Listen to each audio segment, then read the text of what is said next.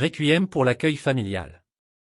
Même si la loi dite ASV de décembre 2015 a clarifié l'agrément et organisé la formation des accueillants familiaux, son objectif de soutien de l'accueil familial n'est pas atteint. Cette modalité de prise en charge décline et le nombre de ces acteurs du quotidien, les accueillants familiaux, dont 48% sont âgés de 60 ans et plus, est en diminution constante. Roseline, Bruno, Madeleine, accueillent chez eux Pierre, Jacqueline, Marc, qui participent à leur vie de famille en ayant la certitude d'être accueillis dans un cadre garantissant leur sécurité et leur bien-être. Eux et leurs 8400 collègues attendent depuis bientôt 8 ans une procédure nationale de demande d'agrément prévue par la loi, et la révision du contrat d'accueil, socle juridique de leur travail, dont la rédaction de 2010, totalement obsolète, est une source permanente d'interprétation et de conflits. Depuis plus de 30 ans, ils rêvent aussi, d'une part, de la reconnaissance de leur travail présenté comme une simple activité, consistant à prendre en charge et accompagner 24 heures sur 24 des personnes âgées ou handicapées, parfois très dépendantes, d'autre part, de la fin de l'indécence de leur traitement financier.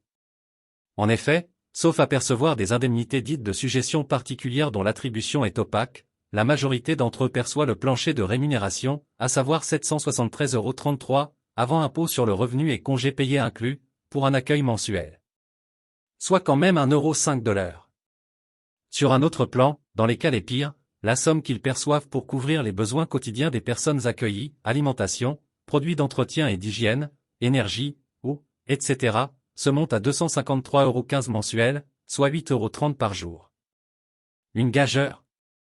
Naïvement, le cœur plein d'espoir, ils ont imaginé que la loi portant mesures pour bâtir la société du bien vieillir et de l'autonomie servirait de levier et de vecteur à l'amélioration de leurs conditions d'exercice.